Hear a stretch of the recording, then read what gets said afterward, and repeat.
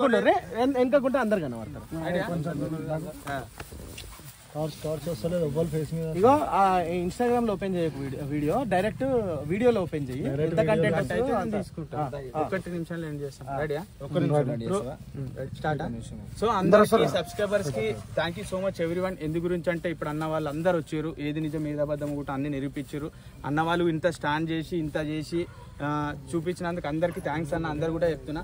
కానీ నేనేం చెప్తున్నా, ప్రతి ఒక్క సబ్స్క్రైబర్ నాకు నమ్మి ఎట్లా వేసిర్రో మళ్ళీ ఇట్లాంటి ఇష్యూ కాకుండా నేను చూసుకుంటా. ఇంకోటి ఏంటంటే ఇప్పుడు ఇట్లా జరిగిందని చెప్పేసి వేరే వాళ్ళు రేపు పొద్దున ఒక ఫ్యామిలీకి అయితే కూడా వేయకుండా ఉండకుండా ప్రతి ఒక్క రూపాయికి లెక్క.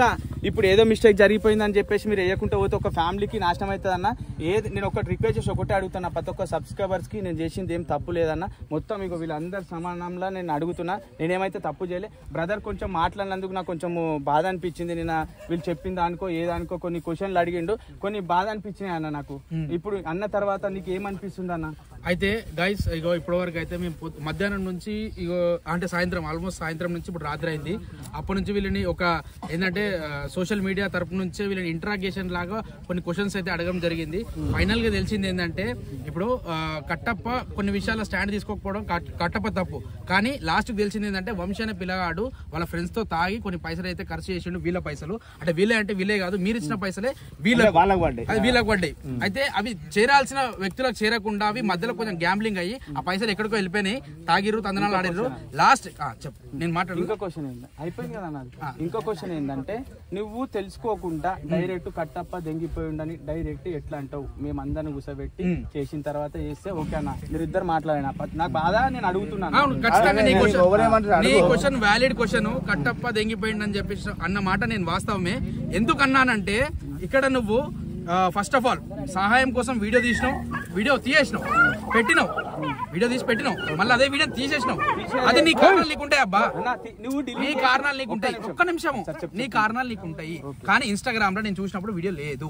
అది నువ్వు అర్చీవ్ లో పెట్టినావా, లేకపోతే దాన్ని డిలీట్ చేసి దాన్ని అండో కొడతావా అన్నది అది నీ సమస్య. కానీ ఒకటేసారి వీళ్ళమ్మ నాకు ఫోన్ చేసి, అయ్యా కట్టప్ప నన్ను రాత్రి తీసుకుపోయి పొద్దుగాల వరకు నన్ను తీసుకురాలేడు అనగానే, ఇప్పుడు నా రెస్పాన్సిబిలిటీ మీద నేను నంబర్ ఇచ్చిపోయినా, ఒకవేళ ఇది చచ్చిపోతే వీళ్ళమ్మ నాకు ఫోన్ చేస్తా కదబ్బా. ఇప్పుడు ఒక మాట అన్న, ఒక్క నిమిషం. అన్ని అయిపోయిన తర్వాత అప్ప చెప్పి విజయ్ నాకు ఫోన్ చేసి నేను వెళ్ళిపోతున్నా అని చెప్పేసి వెళ్ళిపోయినా. అంతవరకు నాకు సంబంధం.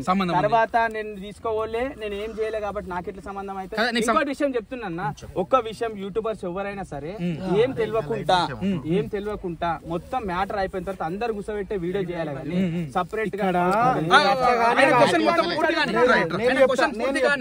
నేను చెప్తాను.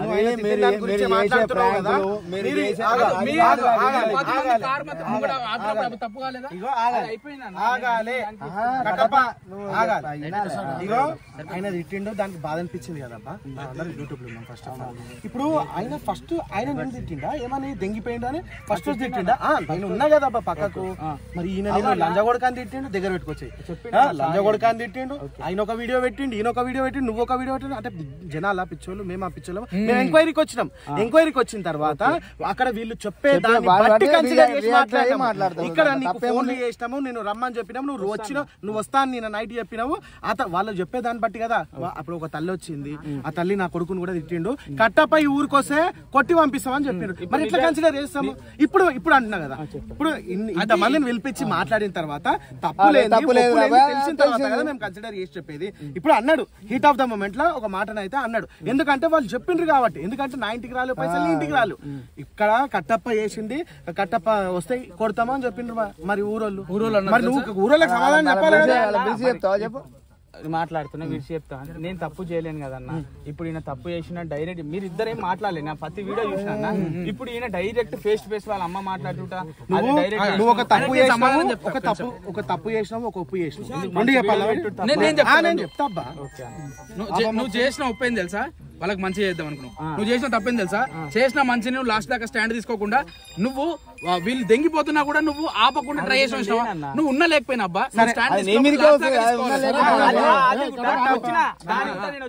వచ్చి వీళ్ళ అమ్మని పోలీస్ స్టేషన్ తీసుకోవద్దంటే రాలేరు. కావాలంటే వాళ్ళకి మరి ఆ వీడియో నువ్వు ఎందుకు పెట్టలేవు? ఇప్పుడు ప్రజల్లో నువ్వు బ్యాడ్ అవుతున్నావు కదా. ఇప్పుడు ఆ వీడియో పెట్టుంటే అయ్యో కట్టప్ప ఇట్లాంటి కూడా అని చెప్పేసి నేనే light end of the moment నువ్వు ఏ రూపాయి తినలేవు, మేము మనస్ఫూర్తిగా చెప్తున్నాము, మంచి వ్యక్తి ఈయన, మంచిగా చేసిండు. ఒక తప్పు చేసిండు, ఒక ఉప్పు చేసిండు. ఒక తప్పు ఏం చేసిండు అంటే 3 సంవత్సరాల కింద పడ్డాడు అని చెప్పకుండా తప్పు చేసిండు. నాకు అది చెప్పలే, వాళ్ళు ఇరిగిపోయిన బొక్కలు అంటే వానికి అడిగన్నా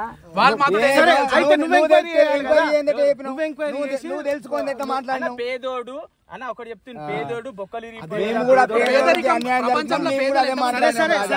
తప్పు కాదు, ఇప్పుడు తప్పు చేసిన లేదు, అది పెద్ద తప్పుగా చెప్తున్నా. నువ్వు చేసిన ఉప్పుల కన్సిడర్ చేసి చెప్తున్నా. నువ్వు 99% మంచిగా చేసినావు, నువ్వు కాలేదు, నువ్వు మంచోనివి. ఇగో కట్టప్ప మీద వాళ్ళ ఊరోళ్ళు చేసిన ఆరోపణలు, కట్టప్ప మీద ఇగో ఈయన ఈ తల్లి వీళ్ళ కుటుంబం చేసిన ఆరోపణలు అంత ఫేక్. నీ వీడియో నాకు ఒక క్వశ్చన్, నీ వీడియోలో అడుగుతా. అయితే వీళ్ళు నిన్ను వచ్చి వీడియో చేయమని చెప్పేసి అడిగిర్రా? దాన్ని కూడా చెప్తా, ఒక్క నిమిషం. నేను మీరిద్దరు ఈయనని అప్రోచ్ అయ్యి కట్టప్ప మా నాయన మంచిగా లేడని నువ్వు, నా భర్త మంచిగా లేడని నువ్వు చెప్పి వీడియో చేయించారు ఆయన తోటి? అడగలేదు. నువ్వు ఎందుకు సానుభూతితో వీడియో చేసిన వాళ్ళ మీద? దాన్ని కూడా చెప్తా. ఎందుకు హైలైట్ అయిదామనా? హైలైట్ అయిదామని నేను ఎందుకు అనుకో, నువ్వు ఫేమ్ లోకి వద్దామనా? ఓకే, మంచి పని చేద్దామని ముంగడికి వచ్చిన ఇట్లాంటి వాళ్ళు 100 మంది ఉన్నారు అబ్బా. వీడు ఫేమ్ ఉన్నాడు అని చెప్పేసి మీ దగ్గరికి వచ్చినావు. అయిపోయిందని క్వశ్చన్ అడుగుతున్నాను. చెప్తూ నేను తువ్వు మట్టి కాదు ఏదైనా ఎందుకురా నాయన, ఏదో కథం అయిపోయింది తర్వాత ఇవన్నీ మాట అన్నాడు, ఆ ఫీల్ అయింది కాబట్టి ఫీల్ అయినా. ఇప్పుడు ఏమైతుంది తెలుసా,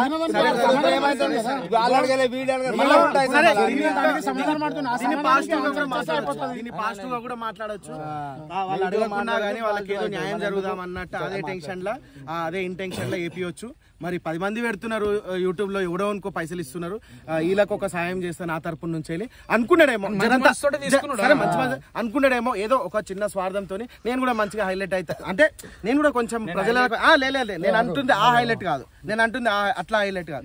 నేను కూడా ప్రజలకు మంచివాడిగా అంటే కొన్ని ఆరోపణలు కొన్ని ఉన్నాయి కాబట్టి నేను కూడా మంచిగా తప్పేం చేయలేదు అనే ఉద్దేశంతో చేయొచ్చు. అదే మనస్భావంతో వాళ్ళకు పైసలు వేయించిండు. పోయిన పైసలకి ఇప్పుడు మొత్తం కేల్కతం అయిపోయింది, దుకాణం బంద్ అయిపోయింది. కట్టప్పది వీళ్ళు ఊరోళ్ళు చేసిన కట్టప్పది ఏం లేదు, అదంతా ఫేక్. వీళ్ళు చెప్తున్నా కదా యూట్యూబర్లకు, ఇప్పుడు యూట్యూబర్లు ఎట్లా అయిపోయింది అంటే పరిస్థితి, ఈ పబ్లిక్ ఒక గుడ్డోని ఫాలో అయినట్టు ఈ గుడ్డోని ఈయన ఫాలో అయితే ఈడు లాస్ట్ కి వస్తే బోల్తా కొట్టించిండు అనమాట. ఇలా నువ్వున్నావు ఫస్ట్ మెయిన్ క్యాండిడేట్, నువ్వు నిన్ను ఎగిరి తంతే ఆడ పడ్డావు, పోయి పీకిలో పడ్డావు, అర్థమవుతుందా? సో ఇందులో మేము కాదు మేము కాదు బోల్తాలు కొట్టింది ఫస్ట్ పర్సన్ నువ్వే, మేము ఇంత చేసింది నీదా తప్పు అయినదా, పైసలు ఏం లేదు, తప్పు లేదు. ఓకేనా? ఇగో ప్రజలందరూ ముఖాన చెప్తున్నా, కట్టప్ప నువ్వు చేసింది ఏం తప్పు లేదు, ఏదో నేను పొరపాటులో మాట్లాడుతున్నా. ఈ విషయం గురించి అప్పటి నుంచి ఈ విషయం గురించి నాడు ఇప్పుడు మందు పైసలన్నీ నీవేప ఇది పెట్టుకోరి. ఇప్పుడు కట్టప్ప మాకు దావా తీసాడు.